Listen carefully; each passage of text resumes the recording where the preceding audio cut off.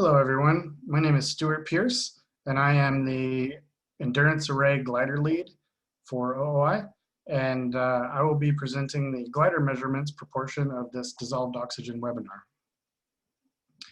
So the Endurance Array has a fleet of 12 Slocum gliders from Teledyne Web Research. Nominally, we try to keep 6 gliders out on the water at any given time. In practice though, we have about 3 to 4 gliders running due to vehicle reliability. So we operate 8 lines, 4 of which are priority. And those are the Grays Harbor, Washington line and the Newport, Oregon. Coincide with the mooring locations. So the Newport inshore tracks where the moorings are. It goes from the 25-meter isobath near our inshore mooring to the 500-meter isobath and makes this bend to our offshore mooring. The Grays Harbor line does the same. It follows our inshore mooring at about 25 meters and our 500-meter deep offshore mooring.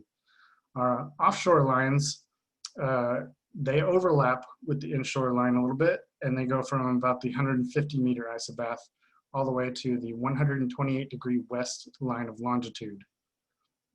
The inshore lines take about a week to repeat, and the offshore about 20 days to repeat. So this is a figure that shows the occupation of our lines by deployment. Our deployments are nominally about 90 days. That's 3 months, and that's what the gray dashed lines represent. And as you can see, the Newport lines and the Grays Harbor lines are the most frequently occupied, and the others are occupied as we have gliders available to do so. One thing that's not depicted here is the offshore line is often used for transit. From, say, if we deploy a glider on the Newport line, we can transit it up to Grays Harbor line, and it'll run along the offshore, which is that 126 west line shown in the last figure. And so that's occupied a little more frequently. Grays Harbor is a little less occupied than the Newport line, and that's due to the presence of the Columbia River plume, often turns north up to the Washington Shelf. Makes it hard to deploy a glider there. And also we have less vessel access to get over there. So the OOI gliders have a 200-meter and 1,000-meter depth variance, and the 200-meter are more efficient in the shelf from about 25-meter water depth to 500-meter is where we utilize those, and the offshore operations use the 1,000-meter depth variant from about 200 meters to the full ocean depth out to the 128-degree west. The instruments we have is we have an ADCP on board that measures water currents relative to the glider, beneath the glider to about 30 meters. We have a fluorometer that measures chlorophyll, CDOM, and 700 nanometer backscatter. A photosynthetic active radiation sensor that measures visible light for photosynthesis. Pumped CTD, and the pressure on the CTD is the co-located depth position for all the instruments, and then our Andhra oxygen optode. So to process the oxygen, we yearly calibrate the optodes by sending them to Yellow Springs Instruments, and then they're initially calibrated at Andhra in Norway with a multi-point calibration, and we send those back if calibrations are needed or the sensing foil element needs replacing. We take CTD casts with oxygen bottle data for comparisons for gliders deployed during the larger mooring cruises. Optodes are inspected after deployment pretty thoroughly. Here in this picture, we show a before and after. There's some biofouling, some barnacles there. But for the most part, the sensor window is pretty clear, so measurements don't usually get affected that much by the biofouling. Occasionally, we do in-lab Winkler tests for comparisons. Before sending glider data to the glider deck, we do plot the profiles, and we might correct where necessary. For instance, we've had a few issues where the internal salinity reference for the optode was set to 35. Our OOI algorithms require the salinity reference to be 0, and so we had to process those. Glider data, the telemeter data is decimated because it comes over a satellite connection, and so it's decimated both in time stamps and in variable number. And the recovered data set is full resolution though. Both contain the dissolved oxygen reported in micromole per liter. That's computed on board the optode with calibration coefficients loaded in the firmware. That is an uncompensated for salinity and pressure oxygen measurement. So the next step then is to use the co-located CTD, and we compensate for the effects of salinity and pressure, and we also convert to micromole per kilogram. Like I mentioned with the salinity reference of 35, the recovered data sets include calibrated phase and optode temperature, and those can be used to recompute the uncompensated dissolved oxygen in micromoles per liter. So we deployed gliders this July, the beginning of July. We had a little trouble getting them in the beginning of the year because of the COVID happenings. But July 5th, we deployed our Grays Harbor line gliders, and we now have gliders at Grays Harbor Shallow and Grays Harbor Deep.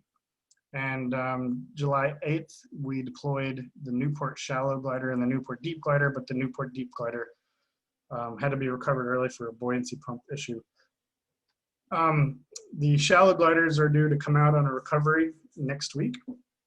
And as you can see, they're often affected by currents. And this Newport shallow glider has been carried off by currents and pretty far in the last week. This figure represents time as color. So your warm colors are your basically dates up to the present, where your cooler colors are the past. So here's the Newport Line Shallow glider. It's serial number 311. So we call it CE311 for Coastal Endurance 311. Once we deployed it, as you can see on the map here, we sent it inshore first after deploying about midway on that line. And so when it came in here, and it's about July 15th or so, you can see the temperature the cold water comes pretty near to the surface because of an upwelling event. And in that upwelling event, you see some low oxygen water, some hypoxic water sitting there at the very shallows, this little purple band. And the purple is less than 50 micromoles per kilogram. And hypoxia is defined in micromoles per kilogram as 60 micromoles per kilogram. Opposite of that, if we jump over to August 23rd, this is where Chris Wingard in a previous webinar section referenced a wind relaxation event. And so the temperature mixes pretty well, and so does the oxygen. You can see this red band where oxygen, the whole water column is pretty oxygenated. It's pretty cool. So there's a couple places where you can get our glider data. Obviously, one of them is the OOI data portal. But we really recommend the Glider DAC, which is the IUS Glider Data Assembly Center. It's a really great system for getting our data. But our data goes to the Glider DAC in near real time, and that's anywhere from 30 minutes to up to half a day, depending on the delays it encounters. Recovered full data sets are processed, potentially corrected, and uploaded to the DAC as well. Those are called dash-delayed data sets in the DAC terminology. These files are brought to CF compliance, and you can get CF compliant NetCDF files through ERDAP or Threads catalogs. Here's a little example showing our institution is labeled as OI Coastal Endurance. This data set, CE311, is the current Newport glider, and this DAC map page shows the currently deployed gliders. So this is the same current Newport glider plotted through the Glider DAC. And you can see this little purple, deep purple, is less than 50 micromoles per kilogram, also showing the hypoxia, and there's that wind relaxation event. I wanted to note here, there's these gray streaks in some previous data from the same glider, also at Newport. And that's to point out that from the DAC, ERDAP plotting, and all data from the gliders, the pressure and the oxygen measurements are not necessarily on the same timestamps. And so where they don't line up, the ERDAP will plot a gray dot. And so that's what creates these streaks. It's particularly noticeable on the recovered data sets, but just be aware of that. Our data also, after it goes to the deck, is pulled into the NANUS visualization system, where they plot transects. And this is our Grays Harbor shallow Slocum glider shown here, the dissolved oxygen. That's a pretty cool app. You should check that out. To summarize our data, here's a plot that shows basically the cumulative endurance array tracks, and you can see the Newport line and the Grays Harbor line are the most frequently occupied, and the others are occupied as they're available. So from 2014 to present, we have 97 deployments, roughly 5,300 science days, which is about 14 and a half years of science data. And the distance they've traveled is about 2.7 times Earth's circumference. And that results in about 171 profiles. A profile is DAC terminology for a dive or a climb that has science data in it. It relates those to CTD profiles. So I've included here some links for the glider deck. So there's a main page there. It's gliders.ius.us/data. There's also a link to the glider ERDAP page. ERDAP is a great way to download our data from the glider deck. I wanted to mention that we do, our data through the deck contributes to the Glider Boundary Ocean Observation Network. It's a series of east-west lines like this, or perpendicular to the coastlines, all around the US that contribute to measuring the boundary currents. And there's also, you can get our transects available through the NVS app, and that's at nvs.nanus.org. And then our raw data is available at rawdata.oceanobservatories.org/files.